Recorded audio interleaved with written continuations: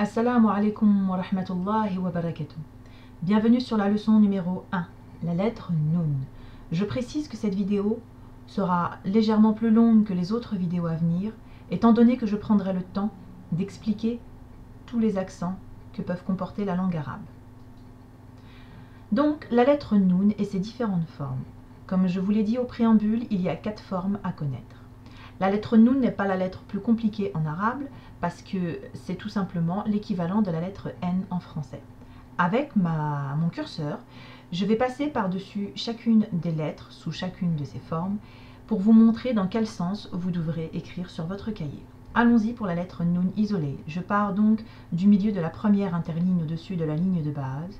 Je descends jusqu'à la première interligne en dessous de la ligne de base et je remonte.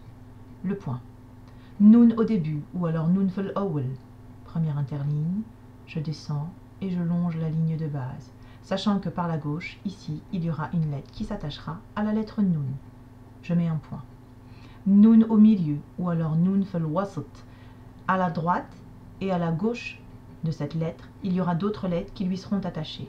Je pars de la ligne de base, je remonte très légèrement jusqu'au milieu de la première interligne comme une petite montagne, et je redescends sur la ligne de base. Le point. Nun à la fin ou Nun fil akhir, je pars de la ligne de base, je descends en dessous de la première interligne et je remonte jusqu'à la ligne de base. Le point. À gauche de la lettre Nun, ici, il y aura aussi une lettre qui lui sera attachée. Vous avez sur le blog arabe-vidéo.com un lien. Je vous conseille très fortement de le télécharger et d'imprimer ce document qui est au format PDF afin que vous puissiez vous entraîner à l'écriture.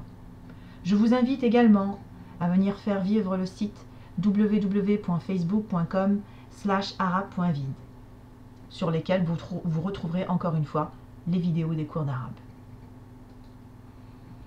Alors, je vais passer maintenant à l'explication des voyelles.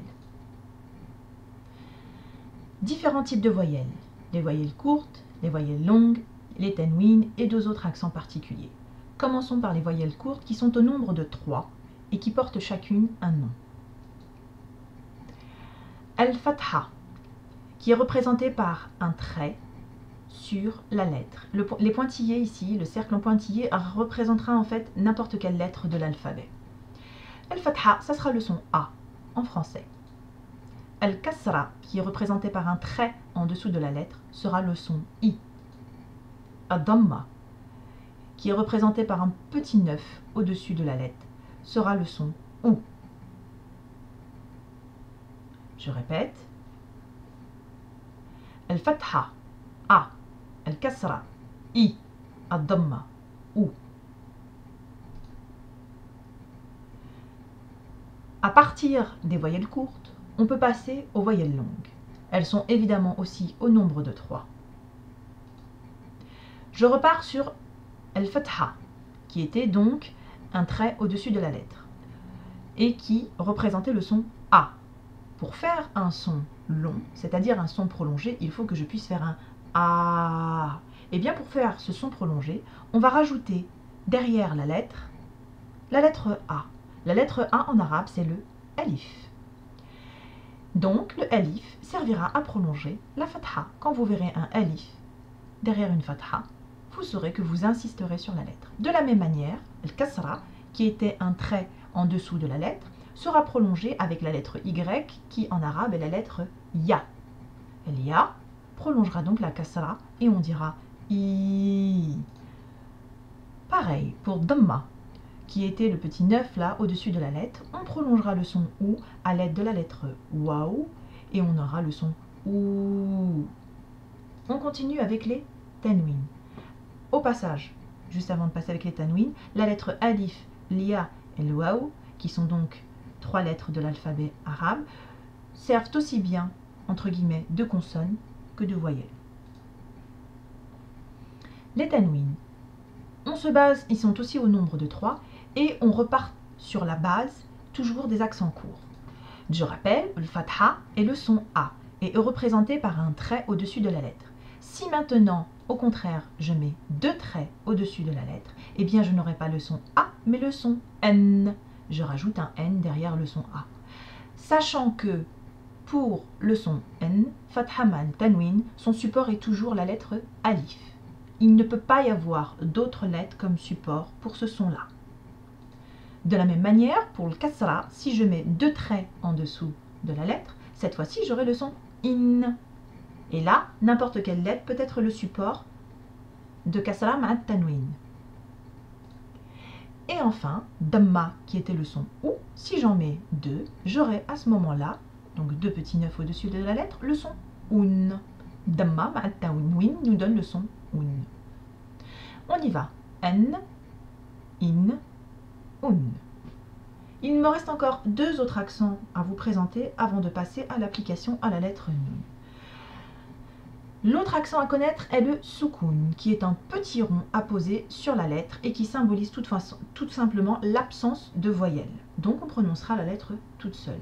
Et enfin, un autre accent, Shedda, Shedda qui est un petit W au-dessus de la lettre et qui nous indique qu'on va doubler la lettre. Donc on va insister sur sa prononciation, comme dans le mot attention en français, on a 2 T. Et bien plutôt que d'écrire 2 fois la lettre, les Arabes ont résumé en une seule et ont représenté cette double lettre par la Shedda.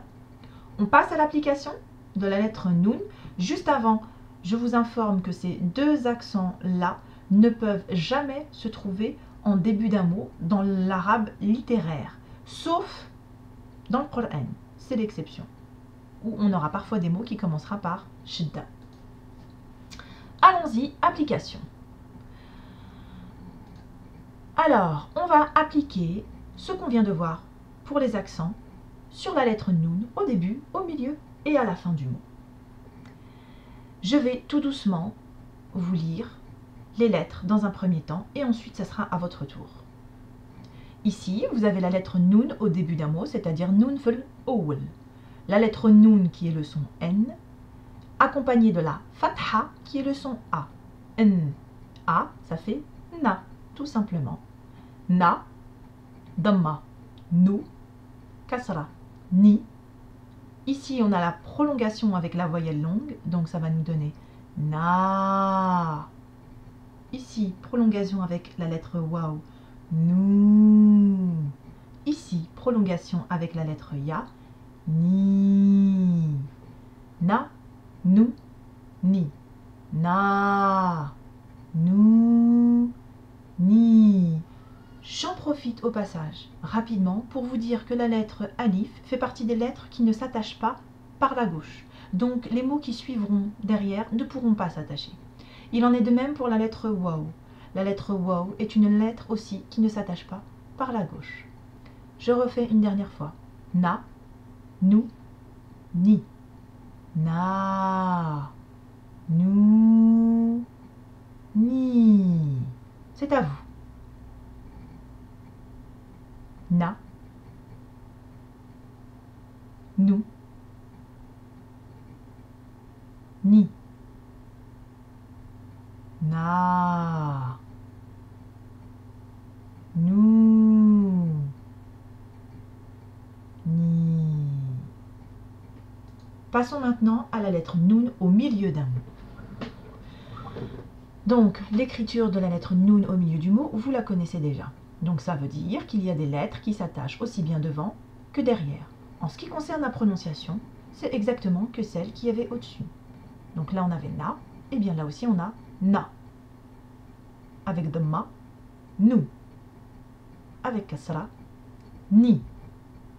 Avec la prolongation de l'Alif, Na. On dit Nun tamoudu bil Alif.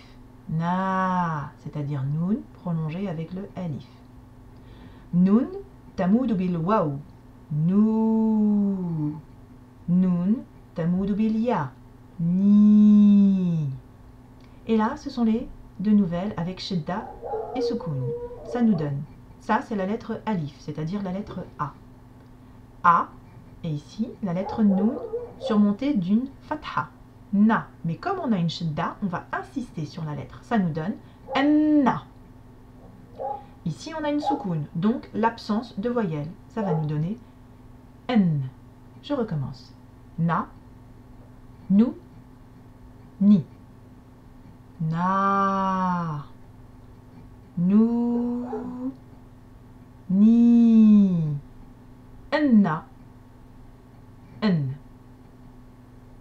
fois. Na. Nu. Ni. Na. Nu. Ni. Enna. En. C'est à vous. Na. Nu. Ni. Na. Nu. Ni. Enna.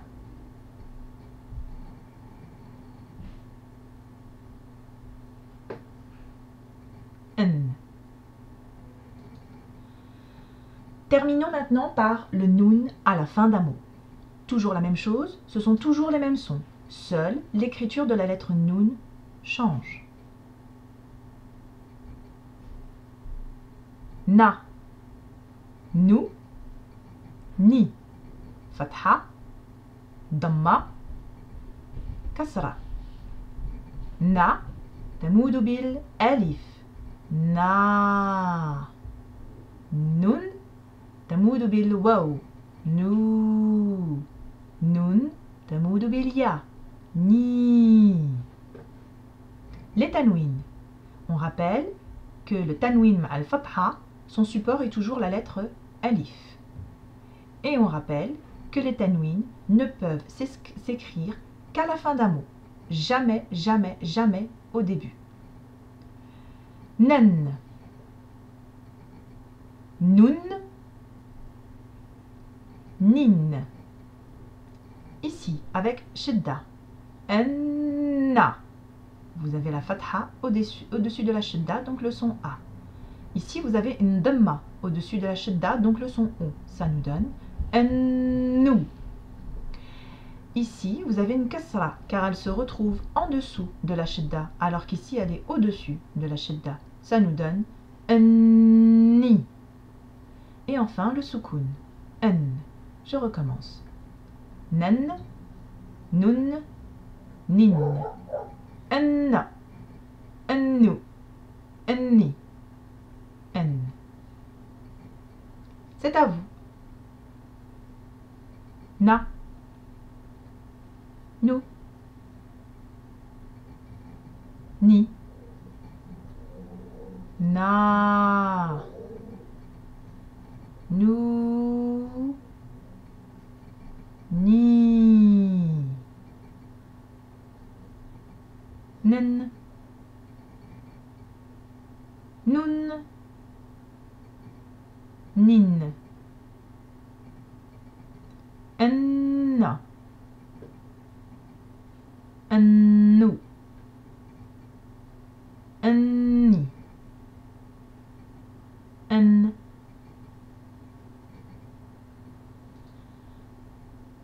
Attention, je vais insister sur la prononciation de ces deux écritures.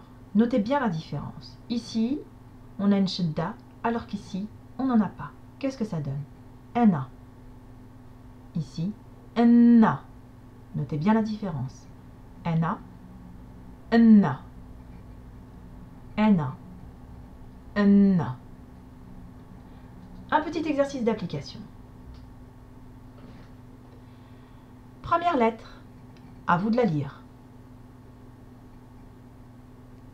Ennou.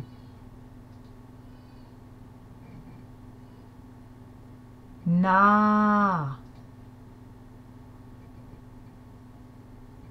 En. Ni. Nu.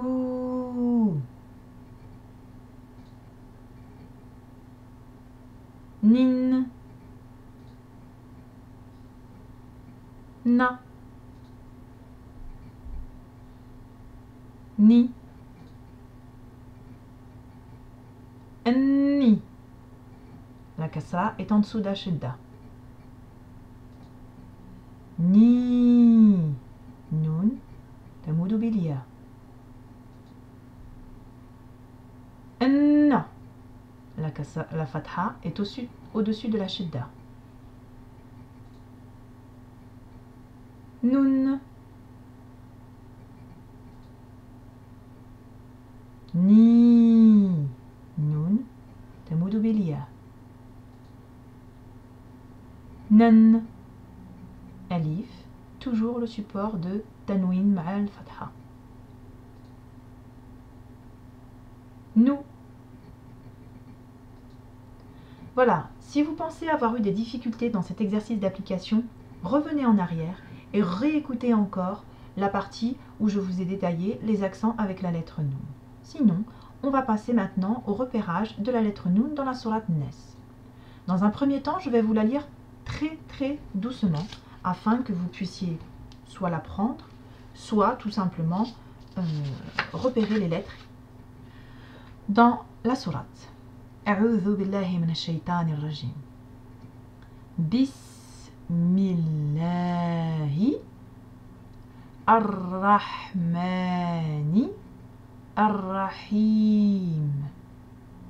قل أعوذ برب الناس مالك الناس إله الناس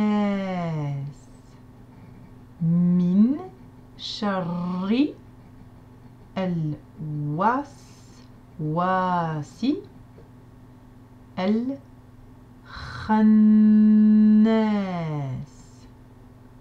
الذي يوسوس في صدور الناس من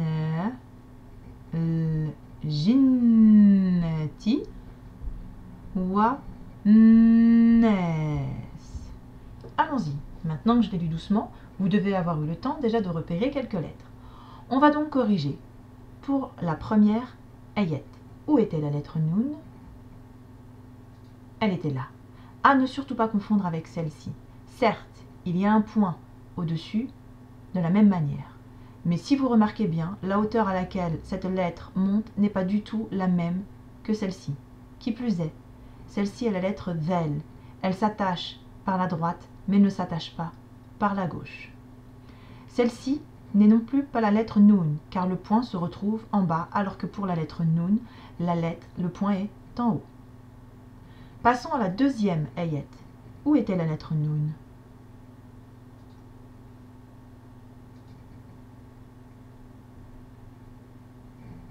Oups, j'ai un petit bug. Le voilà. La lettre Nun était là. La lettre Nun, d'ailleurs, est dans exactement le même mot que pour la première ayat, ce mot-là étant tout simplement le mot Nes. J'en profite aussi pour signaler que la lettre Nun, vous avez remarqué, est surmontée d'une Shadda et d'une Fatha.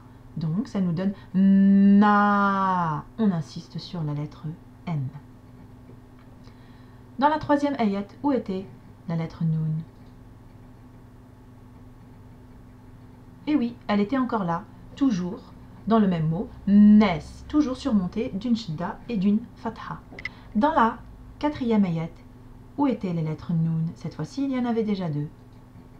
En voilà une, Min. Ici, vous avez la lettre Nun à la fin d'un mot, Nun fil akhir.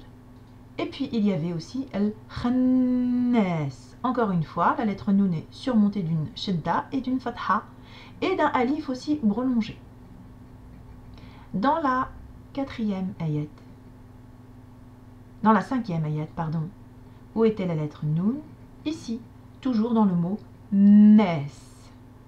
Et enfin, dans la sixième et dernière ayat, on avait 3 fois la lettre Nun. Dans Mina, ici vous avez la lettre Nun avec un A, ça fait Na. Dans Jinnati, la lettre Nun au milieu d'un mot Nun fil wasat, toujours surmontée d'une Shadda et d'une Fatha. Et enfin, toujours dans le mot Nes, la Shadda et la Fatha. Vous aurez compris que vous avez appris en tout cas un nouveau mot, c'est-à-dire Nes, les hommes. Bien, si vous avez réussi cet exercice, eh bien je crois que vous maîtrisez parfaitement l'écriture de la lettre Noun. On va passer maintenant au tafsir de cette sourate pour terminer donc cette leçon. Parlons d'abord du contexte de la révélation. Cette sourate a été révélée à la Mecque, juste après la sourate al-Falaq. Selon l'imam Ibn Kathir, qui est un imam très réputé et qui est une référence dans le tafsir du Coran, ces deux sourates ont été révélées dans le même contexte, à savoir l'ensorcellement du prophète alayhi wa sallam. Ce récit a été rapporté par Aïcha, radiyallahu anha, et c'est dans le Sahih d'Al-Bukhari. Je vous cite les termes. Le messager d'Allah, sallallahu alayhi wa sallam, était une fois ensorcelé. Il lui semblait aller chez ses femmes, mais en réalité il n'y était pas allé. Il me dit, « Oh Aïcha, sais-tu bien que Dieu m'a inspiré la décision que je lui avais demandée ? Deux hommes sont venus chez moi. Le premier s'est assis auprès de ma tête, et l'autre à mes pieds. Celui qui s'est mis à mon chevet dit à l'autre, « De quoi cet homme se plaint-il » Et l'autre a répondu, « Il a été ensorcelé. »« Qui l'a ensorcelé » demanda le premier. L'autre répliqua, « Labid ben A'sam, un homme des Bani Zoraïq, un hypocrite et l'allié des Juifs. » Et sur quoi ? Sur un peigne et quelques poils qui se trouvent dans une enveloppe d'une spate de palmier. Où sont ces objets ? Sous une pierre, près du puits du Zarwan. Aïcha poursuivit. Ali, Zubayr et Ammar ben Yasser ont été chargés de cette mission et avaient retiré ces objets. Ils avaient trouvé une corde qui contenait 12 nœuds. Dieu, à ce moment, fit descendre les deux sourates protectrices. Chaque fois que le messager d'Allah, sallallahu alayhi wa sallam, récitait un verset, un nœud se détachait. Le dernier nœud, une fois détaché, il se sentit comme étant libéré des entraves. Jibril, alayhi wa sallam, l'exorcisait en ces termes. « Au nom de Dieu, je t'exorcise contre toute chose qui te nuit, contre tout jaloux et tout mauvais œil. » On lui demanda, « Ô messager d'Allah, pourquoi ne saisis-tu pas cet homme ignoble pour l'exécuter ?» Il répondit, « Du moment où Dieu m'a guéri, je répugne que ce fait soit la cause d'une animosité entre les hommes. » C'est une sourate qui est récitée le matin, le soir. C'est une sourate donc protectrice. Et ces sourates portent parfois deux noms. On les appelle les deux préservatrices, ou encore al-mu'awidatayn, ou aussi celles qui protègent de l'hypocrisie, c'est-à-dire al-mushaqqiqatayn. Je vais maintenant vous parler brièvement des mérites de la récitation de cette sourate, qui a le mérite donc de protéger contre les démons. Je vous informe aussi que cette sourate est la 21e qui a été révélée, mais dans le Coran, elle est placée à la fin. Alors allons-y pour le tafsir. Bismillahirrahmanirrahim, qui signifie au nom d'Allah, le tout miséricordieux, le très miséricordieux. Dis, Qul a'udhu bi rabbin nas. Dis, je demande protection auprès du Seigneur des hommes. On dit ici le Seigneur des hommes, mais ce n'est pas, subhanallah, que le Seigneur des hommes, c'est le Seigneur de toutes choses qui a été créé, du ciel, de la terre, des djinns, des anges, de la lune. Mais comme la sourate est basée sur Nes, on rappelle que c'est le Seigneur des hommes. Malik Nes, le souverain des hommes, c'est lui qui a le pouvoir absolu sur tous les hommes. Ilahi Nes, le Dieu des hommes, c'est lui qu'on adore, c'est lui qu'on vénère. Et dans ces trois lignes, on rappelle en fait, en ce sens, selon donc l'imam Ibn Kathir, qu'on fait référence à l'unicité d'Allah par ces trois attributs-là. Min sharri al-waswasil khannas alladhi yuwaswisu fi sudurin nas. Donc on demande protection contre le mal du mauvais conseiller furtif, celui qui souffle le mal donc dans les poitrines des hommes. on parle tout simplement du shaitan. La sourate Nes a le mérite de nous protéger contre le mal des démons. Ainsi, l'imam Ahmed rapporte que Abu Dharr a dit « Je vins trouver le messager d'Allah sallallahu alayhi wa sallam, alors qu'il était dans la mosquée. Je m'assis près de lui. Il me dit « Ô Abu Dharr, as-tu prié ?» Il s'agit des 2 raka'at compris en entrant dans la mosquée. « Non, répondis-je. » Il répliqua « Alors lève-toi et prie. » Je priais et je retournai vers lui. Il me dit « As-tu demandé refuge auprès d'Allah contre le mal des démons qui accompagnent les hommes et les djinns ?» Je lui demandai « Ô messager d'Allah, les hommes et les djinns sont-ils accompagnés de démons ?» « Oui, répondit-il. Alors en fait, celui qui souffle du mal dans la poitrine des hommes peut être à la fois un djinn ou un humain, min al-jinnati wan nas, car il n'y a pas que les djinns qui sont là pour insuffler de mauvaises choses.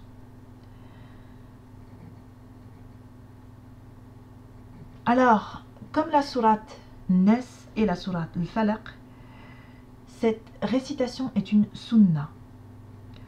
Le messager d'Allah, sallallahu alayhi wa sallam, les récitait quotidiennement, notamment avant de se coucher, où il les récitait, et ensuite il soufflait sur ses mains et il touchait toutes les parties de son corps qu'il pouvait atteindre. Les mérites de suivre la sunna du prophète sallallahu alayhi wa sallam sont énormes. Il nous revient donc à nous de suivre cet enseignement afin de bénéficier de la protection d'Allah et de sa récompense pour avoir accompli une sunna. Voilà, ceci marque la fin de notre cours. Assalamu alaikum wa rahmatullahi wa barakatuh. Merci de votre attention.